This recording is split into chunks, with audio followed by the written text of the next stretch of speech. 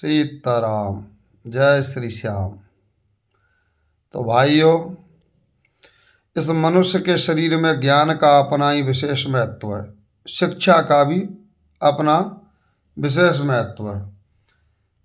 जब बच्चा कोई स्कूल पढ़ने नहीं जाना चाहता है तो माँ बाप बच्चे को स्कूल जाने के लिए प्रेरणा देते हैं, क्योंकि माँ बाप को पता है शिक्षा कितनी ज़रूरी है। मनुष्य के शरीर में शिक्षित होना कितना ज़रूरी है, क्योंकि बिना शिक्षा के मनुष्य इस संसार में बिल्कुल पशु के समान है।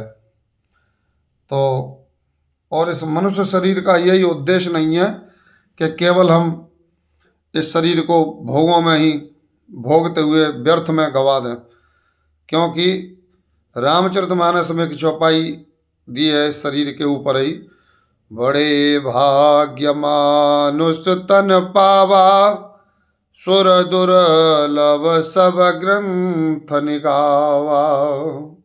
ये शरीर बड़े भाग्य से प्राप्त होता है। देवता भी इस शरीर के लिए तरसते हैं, आकांक्षा करते हैं, देवता भी शरीर के लिए तरसते हैं। और ज्ञान तो इस शरीर की मुख्य यात्रा है। ज्ञान इस शरीर की, बिना ज्ञान के ये शरीर अधूरा है। तो आत्म ज्ञान बिना नर भटके, क्या मथुरा क्या काशी।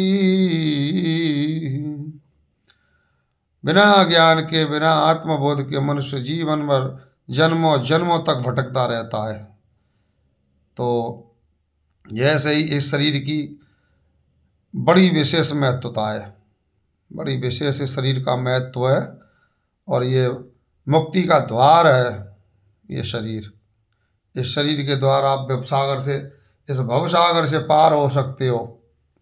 जैसे कि साधन धाम मोक्ष कर द्वारा, पाए न जे परलोक सवारा।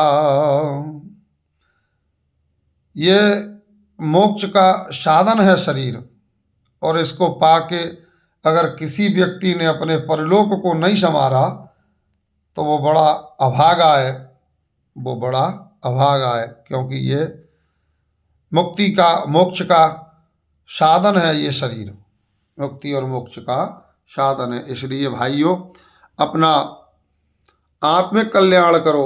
इस भवसागर में आए हो तो इस भवसागर से निकल जाओ।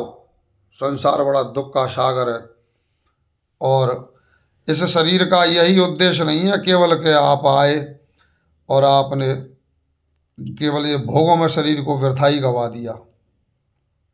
भोगों में शरीर को मत गवाओ, नहीं अंत समय पर पछताओगे, और फिर जब समय निकल जाता है तो फिर पछताने से कोई फायदा नहीं। इसे बुद्धिमान पुरुष हमेशा समय का प्रयोग करते हैं, और सदुपयोग करो अपने शरीर का। जय श्री सीताराम।